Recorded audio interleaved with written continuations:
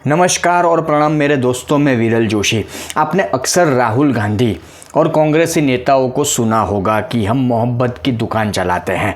मतलब जब भी इनके सोशल मीडिया हैंडल पर देखेंगे तो कहीं ना कहीं हमें मोहब्बत की दुकान ये देखने को मिलेगा। पर मोहब्बत की दुकान की सच्चाई ये है कि ये मोहब्बत की दुकान एक विशेष समुदाय के लिए है। अब हाल ही में हमने देखा कि वक्फ बिल पेश हो रहा था, या उससे पहले किस तरह से इनकी मोहब्बत की दुकान एक विशेष समुदाय के लिए खुली हुई थी। किस तरह से ये कांग्रेसी नेता वक्फ बिल का विरोध कर रहे थे कि वक्फ बिल पास नहीं होना चाहिए। अब वीडियो के शुरुआत में मुझे ये बात इसलिए करनी पड़ रही है क्योंकि राहुल गांधी या कांग्रेसी नेता जो मोहब्बत की दुकान की बात करते हैं, पर इनकी सच्चाई ये है कि ये लोग सिर्फ अपनी राजनीति चमकाने के लिए, एक विशेष समुदाय के प्रति अपने लगाव को दर्शाने के लिए ये मोहब्बत की दुकान चलाते हैं।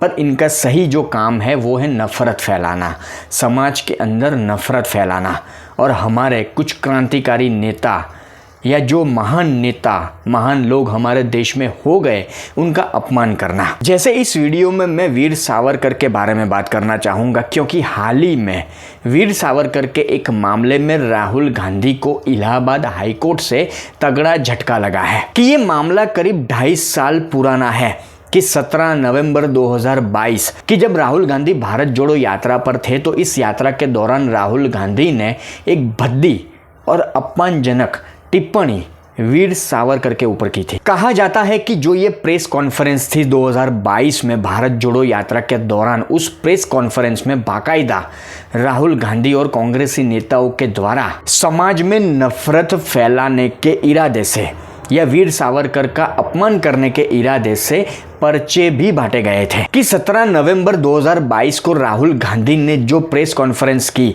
इस प्रेस कॉन्फ्रेंस में राहुल गांधी ने नफरत फैलाने की कोशिश की, समाज में दुश्मनावट पैदा करने की कोशिश की, और वीर सावरकर का अपमान करते हुए राहुल गांधी ने इस प्रेस कॉन्फ्रेंस में वीर सावरकर को ब्रिटिश नौकर कहा।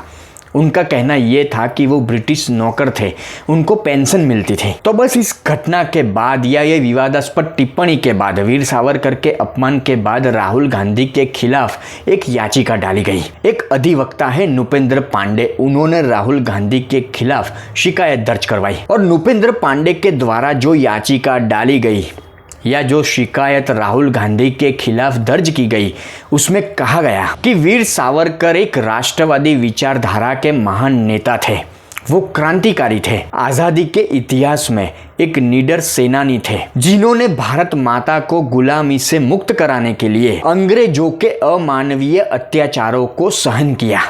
और ये बिल्कुल सच बात है।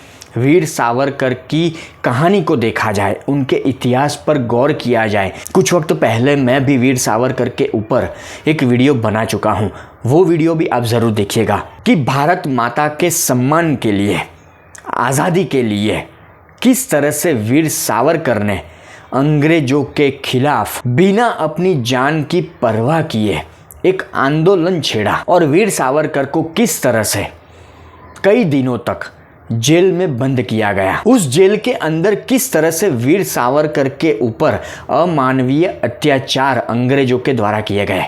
तो राहुल गांधी जैसे लोगों को कोई हक नहीं है कि वो वीर सावरकर, एक क्रांतिकारी महान नेता, उनका अपमान करें। और आज जो राहुल गांधी वीर सावरकर का अपमान कर रहे हैं, तो सोचने वाली, गौर करने वाली बात ये भी है कि एक वक्त महात्मा गांधी ने भी वीर सावरकर को देशभक्त माना था। पर राहुल गांधी को कौन समझाए?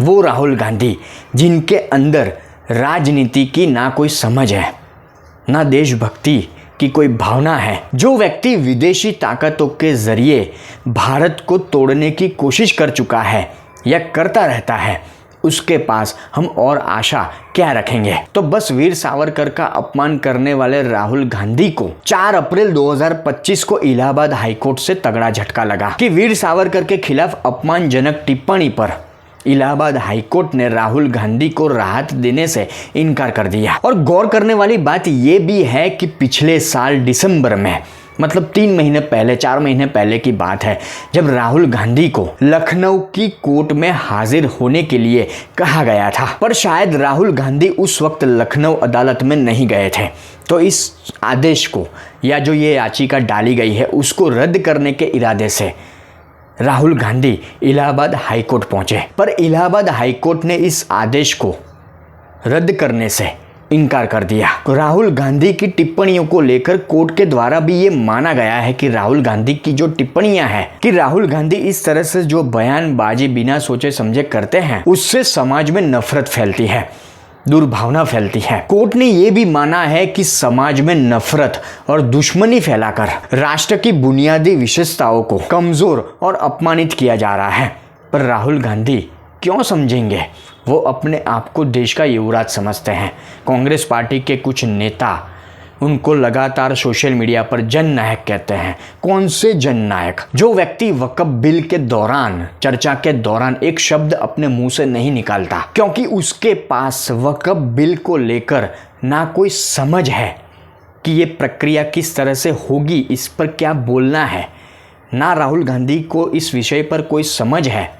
वो व्यक्ति कांग्रेसी नेताओं के हिसाब से जननायक है और कांग्रेसी नेता ये चाहते हैं कि राहुल गांधी पीएम बने। और मेरा तो इस मामले में ये मानना है कि इलाहाबाद हाईकोर्ट से भले ही तगड़ा झटका राहुल गांधी को लगा है, पर जिस तरह से बार बार राहुल गांधी समाज को तोड़ने की कोशिश में लगे रहते हैं या महान क्रांतिकारी लोगों का अपमान करने में लगे रहते हैं, तो राहुल गांधी के ऊपर एक कड़क कार्यवाही होनी चाहिए।